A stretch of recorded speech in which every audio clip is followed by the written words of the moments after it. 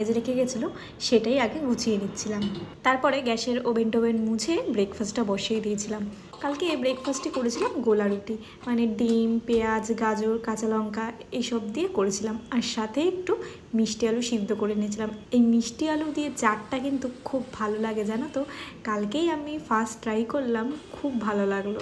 আর এই মিষ্টি আলু সিদ্ধ খাওয়া তো শরীরের পক্ষে খুব ভালো, যেমন ব্লাড প্রেশার কন্ট্রোলে রাখে সেরকমই ফ্যাটও ঝরাতে সাহায্য করে। কিন্তু কি বলতো, গোলা রুটির সাথে না এই মিষ্টি আলুর চাটটা ঠিক যায় না, ওটা শুধুই খেতে হবে, আর সাথে একটা ডিম সিদ্ধ নিলেই ইনাফ, পেট একদম ভরপুর হয়ে যাবে। আর ব্রেকফাস্ট করতে করতে দেখি আকাশ কালো করে আসলো, আর সাথে বৃষ্টিও শুরু হয়ে গেছিলো, তাই আর দেরি করিনি, যেহেতু বৃহস্পতিবারও ছিল, তাড়াতাড়ি সব কিছু করতে হবে, তাই স্নান করে পুজোটা সেরে নিয়েছিলাম।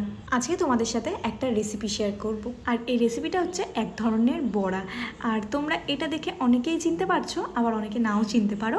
এটা হচ্ছে ওলের ডাঁটা, আর সাথে এই যে এই পাতাগুলো দেখছো, এই পাতাগুলো দিয়ে বড়া করেছিলাম। এই পাতার বড়া একবার খেলে না এই পাতার প্রেমে পড়ে যাবে। আগে পাতাগুলো এই ডালের থেকে ছাড়িয়ে নিতে হবে, তারপরে পাতাগুলোকে একদম কুচি কুচি করে কুচিয়ে নিতে হবে। আর এই পাতা কাটাটাই কিন্তু মেন, এরকম কুচি কুচি করে না কাটলে কিন্তু সেই টেস্ট একদম আসবে না।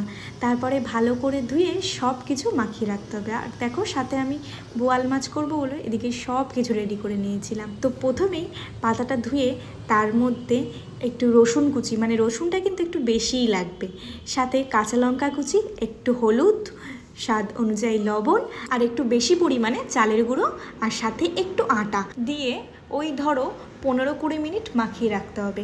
মাখিয়ে রাখলে দেখবে যতটা পরিমাণ পাতা ছিল তার অর্ধেক হয়ে গেছে পাতার পরিমাণ। তারপরে ওর মধ্যে আরও কিছু পরিমাণ একটু চালের গুঁড়ো দিয়ে দেবো। আসলে এই বড়াটা একদম মুচমুচে হবে, তাই জন্যেই কিন্তু এত পরিমাণ চালের গুঁড়ো দেওয়া। তারপরে ছোট্ট ছোট্ট চ্যাপ্টা চ্যাপ্টা আকারের শেপ দিয়ে বড়াগুলো একটু ভেজে নিতে হবে।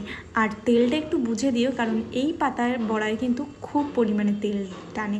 আর আমি এরকম ফ্রাইং প্যান টাইপের নিয়েছি, যাতে আমি বড়াগুলো একটু কড়াইয়ের গায়ে দিতে পারি, তাহলে তেলটা পুরো টেনে নেয় না, আর বড়াগুলো ভাজাটা খুব ভালো হয়। আর এগুলো যখন আমি কড়াইতে দিয়েছিলাম তখন গ্যাসের ফ্লেমটা একদম লোতে ছিল।